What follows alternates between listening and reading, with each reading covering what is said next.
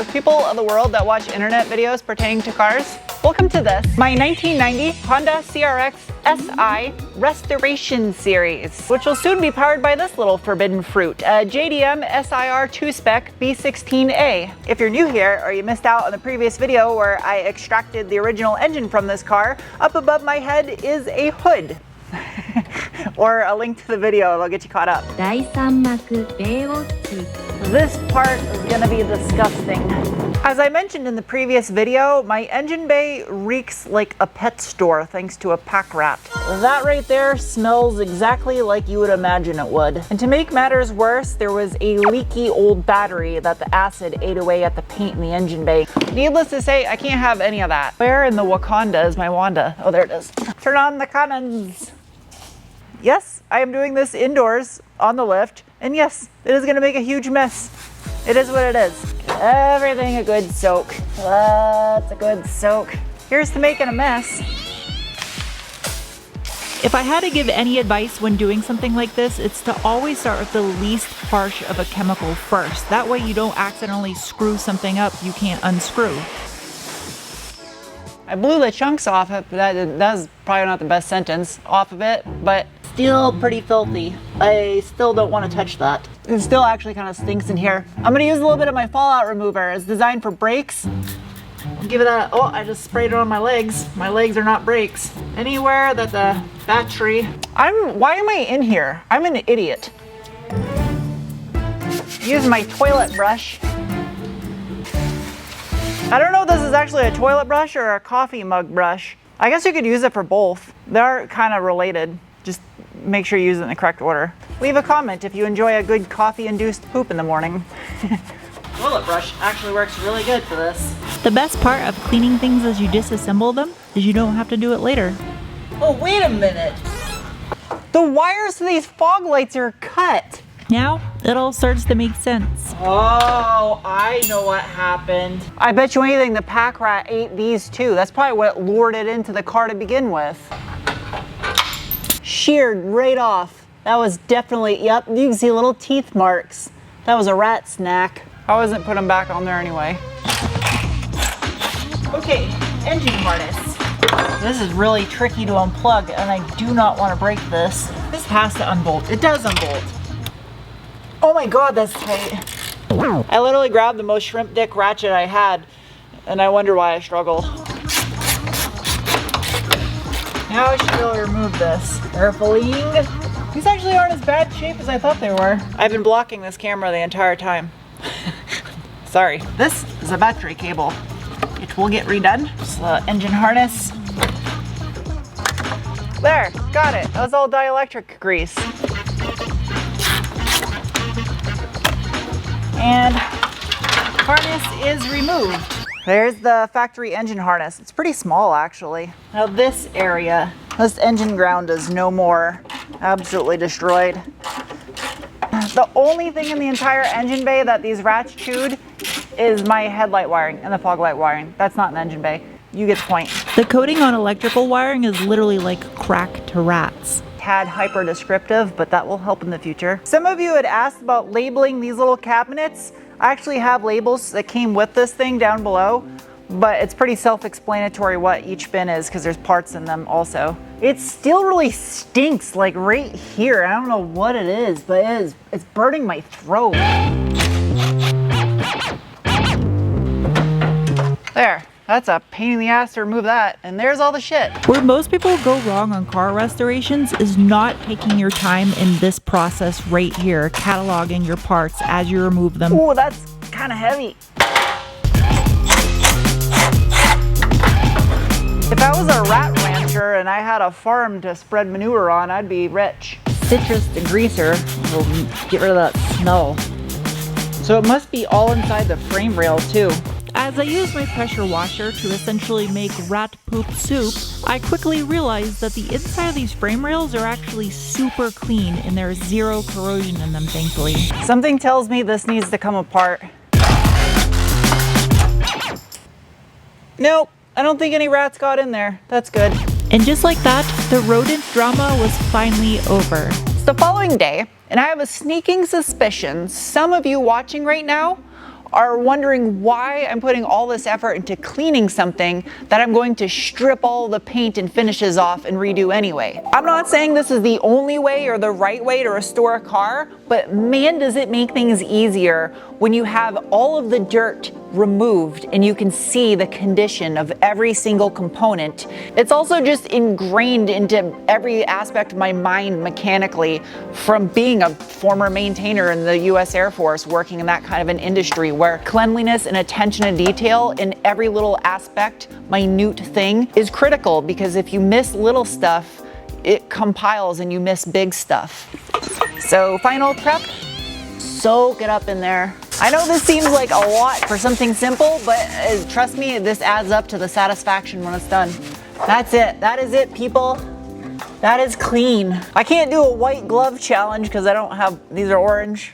But yeah, I would eat off of that. That is perfect, tip top. That is the original genuine Honda AC condenser, a discontinued part. Absolutely, there are excellent aftermarket parts out there, but when it comes to these type of things, that's not really a performance adder, OEM is always going to be best. As you can see, there are 5 rows right here of fins that are just meleeed from years of rocks. Up above, perfect. They do make combs for straightening these. I always kind of found that using a tiny jeweler's screwdriver works better if you got a careful hand. Now I've already used a giant flat blade screwdriver and kind of stick it into the slots like that, and then use this tiny jeweler's screwdriver and press the fins up against the big blade. This is incredibly satisfying in the way that mowing grass into patterns is satisfying. That took 33 minutes to do that entire row right there. And I know you can see just from that far away, that row appears much darker, and that's because you're seeing straight through it and not bent fins anymore. That is success. I only have 2.5 hours worth of work still left there, but there's no point in doing it unless I know that this thing is leak free. Come on, don't break, don't break, don't break. Your brake? I think it's good. Okay. Remember how that went in, people of the internet? I'm gonna need you later. For the first time, it actually smells good in this engine bay. It does not smell like poop. Since this was a hot button topic with the previous restoration project I did, to answer your question, yes. Well, that was full of dust. All right. This car is absolutely going to retain air conditioning when the project is done.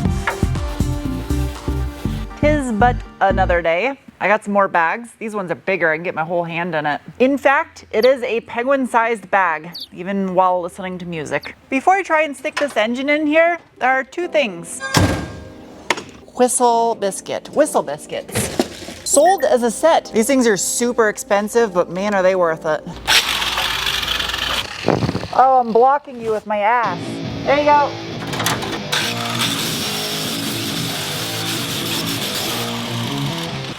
All right, good to go. You can see the Whistle Biscuit did fast work at stripping all that corrosion off. I don't know if this is the best approach.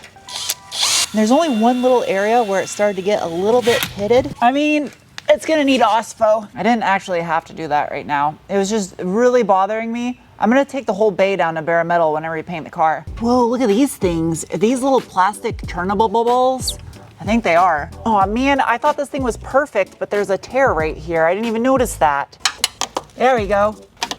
There's so many of these things. Ouch! Got them all. I'm really sad because this thing was in such good shape if it wasn't for that one tear. It's dirty, but actually, now that I got it out of the car, it looks like a pack rat ate the top part of it because there's like a big chunk that's all jagged like it was chewed. I don't want to hear it that this is unnecessary. This is necessary. I know it looks like this engine bay is just single stage from the factory. Firewall pad clips, firewall, clean bay, and de-poop. Done. This should be everything that I need. How do I do this without being a complete moron? If you lack adequate shop equipment, you can make up for it with creativity. This is not working like I thought it would. In an ideal world, I would have the funds to buy a forklift, but... Or stupidity, whichever. I rotate that like that. As long as I'm gentle with this, I think it'll work safely. I don't like this. Yep, it's not contacting anything.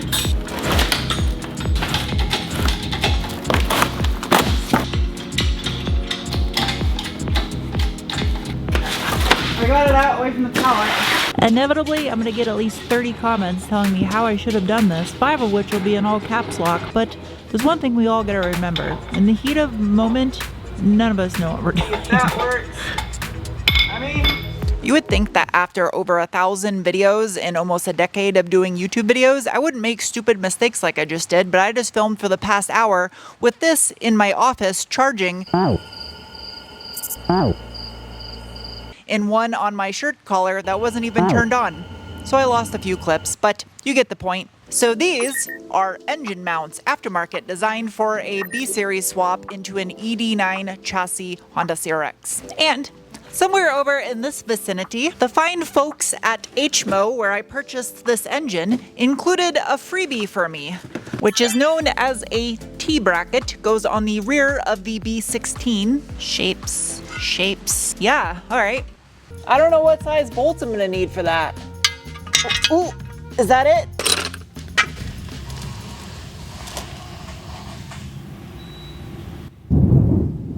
What the hell? I got poltergeist in here. Lightning just hit something. I think that's gonna be, oh man, it's gonna hit the oil cooler. It's just barely too long. Ah, check that out. Genuine Honda T-bracket hardware. It's $65 for some bolts, but I got them. Even though these second generation Honda CRXs came with a B16 engine outside of America, it's not as simple as just dropping this thing in and expecting it to work. There's actually quite a bit of stuff you have to change to adapt it. Firstly, this mount right here was necessary in the EG6 that this engine came out of. However, it's not needed on this ED9 chassis. Whoa, I got some bolt. Maybe these will help. Hell yeah, it'll work. This will be good until the new hardware gets there. Well, this guy right here, it's got that little raised hump, will allow it to adapt to the Y21 hydro transmission. Washer, I know I got some big ass washers somewhere. Does that fit? Yes, that will prevent me from scratching up the powder coat from tightening these down. I'm really glad I made a collection of factory Toyota bolts, because Toyota and Honda pretty close to the same thing. Man, you really have to have a thin nut to, I'm not a fan of that. Now this right here is an aftermarket billet block mount that should adapt for the correct one I need. Ideally, if I could, I would do this entire swap utilizing only OEM Honda and Acura components, but unfortunately, because of how old these cars are, it's not realistically possible anymore. Wow, those are on tighter than a f***ing robot's butthole. Oh my God, why is that so tight? I don't want to break that off. That would really be a pain in the ass. You wouldn't think that you would have to take off the crank pulley to get this hardware off. That just wouldn't make sense. This engine's been sitting for at least 2 years, so I should probably at least look inside it before I go to try to start it. This engine was also shipped dry. I love this, got these plug wires on it. All right, opening this for the first time. Let's inspect. Wow. Yeah, that is very good. I don't see any obvious signs of corrosion. The underside of the valve cover looks fantastic. Like this was very well maintained, and it does look low mileage. Happy. You can see around the cam cap, there's a little sign of orange RTV, and the other one has black RTV, and Honda Bond is black. So it looks like this has been apart a little bit and worked on before. Either way, I am pleased thus far. This was not a cheap engine. It cost almost as much as the car did. You can see little bits of white around where that mount is, like a tiny bit of moisture got inside here, as you would expect, you know, like washing an engine off. Just might need a little crack or two quickly to break this thing free. There you go, that's all it took. Yeah, you can see you got some moisture on there. Slight modification must be done to this in order to bolt it up to the engine. These holes are a little bit too small diameter for the thread holes on the transmission. That right there is an Audi V-dub lug stud, which is the correct size and thread. Doesn't fit. The bolt is physically 13.79 millimeters in diameter, and the drill bit I have is 14 mil. This one's a little tricky because there's actually a sleeve in the center and it's offset by like a fraction of a millimeter to the side. That's it. I think that's all it needed. Perfect. That slides over the frame like that. This bolt fits perfectly like this. That guy goes in. These are only temporary. I'm not driving the car with these. They will get the job done for temporary use. Mount goes like that.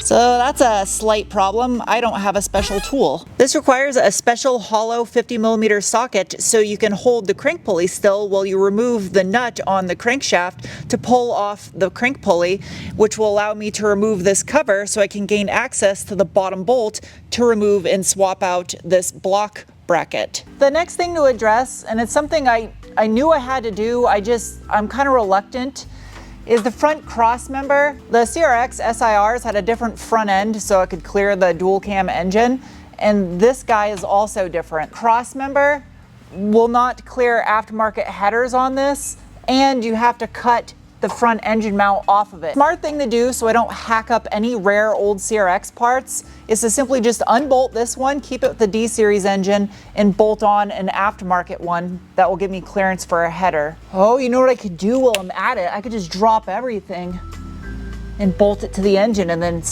right up to the bottom.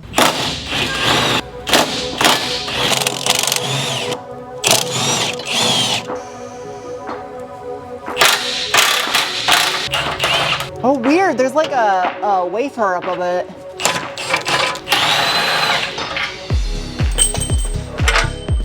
Ow, it's my foot.